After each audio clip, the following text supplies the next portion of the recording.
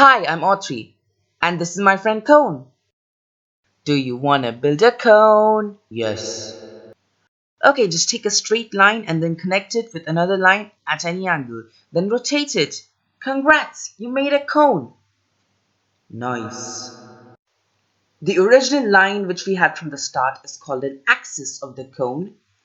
The line that generated the cone is called a generator.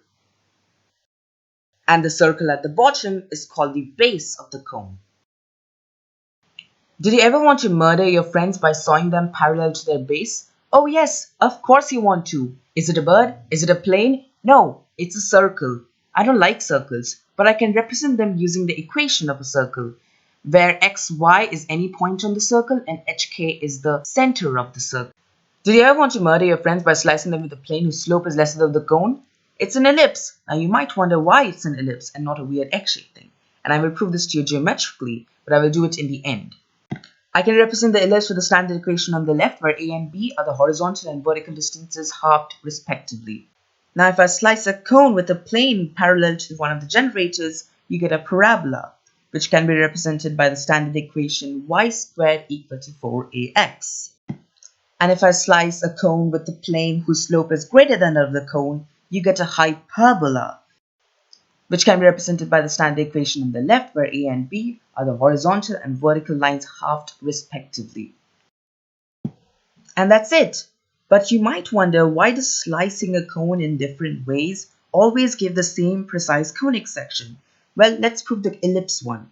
First, let's define what an ellipse is. You might know that tracing around two thumbtacks with a string taut draws an ellipse. What you're precisely drawing here is the collection of all points whose sum of distances from these thumbtacks is constant. These thumbtacks are called the foci of the ellipse, and this is what defines an ellipse.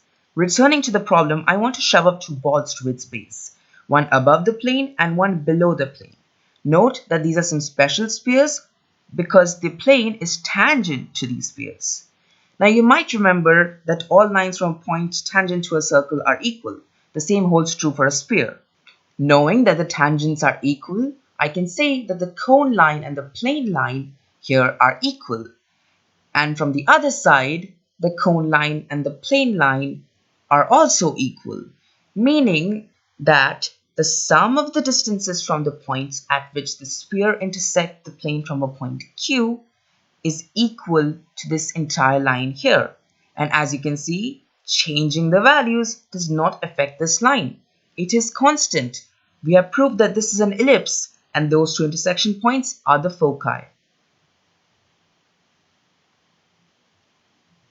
This type of proof is called a Dandelion spheres proof, and the same type of proof can be used for the other conic sections, but it's the same, so I'm not going to go over them. The only difference being that we are using a different property for each shape. The property of a circle is that it's the collection of all points equidistant from a fixed point. The parabola is the collection of all points which are equidistant from a fixed line and a point not on the line. And the hyperbola is the collection of all points whose differences in distances from two fixed points remains constant. The 2D animations in this video was made using 3Blue 1Brown's Manim library. The 3D animations was made using Grappa 3D. The 3D demonstrations of slicing a cone was made using GeoGebra's 3D grapher. And finally, the crappy stick figures was made in Paint.